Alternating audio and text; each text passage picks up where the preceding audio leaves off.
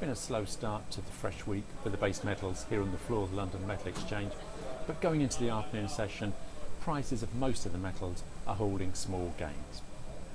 Earlier in the day there was some positive news, some positive developments out of China.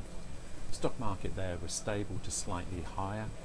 The central bank, the PBOC, instituted a reserve ratio requirement on offshore banks' domestic holdings, and there were some figures from the property sector which showed that prices there were stabilising.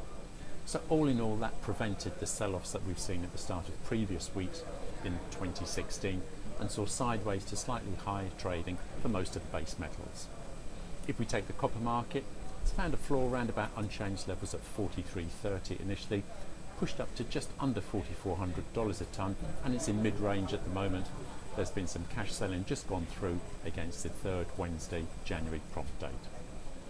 Mostly similar pattern in the other metals, but business levels are fairly low key and they're likely to remain that way for the rest of the session as US financial markets will be closed for the Martin Luther King Day holiday. So that sets a probably stable tone for the middle to the end of the week. More important economic data coming out of China, GDP figures, will probably influence sentiment over the next couple of days, but there may be some signs of stability coming in, some short covering taking place, which for now is just preventing the sell-offs that we've seen through most of January. This is Martin Hayes of FastMarkets on the floor of the LME.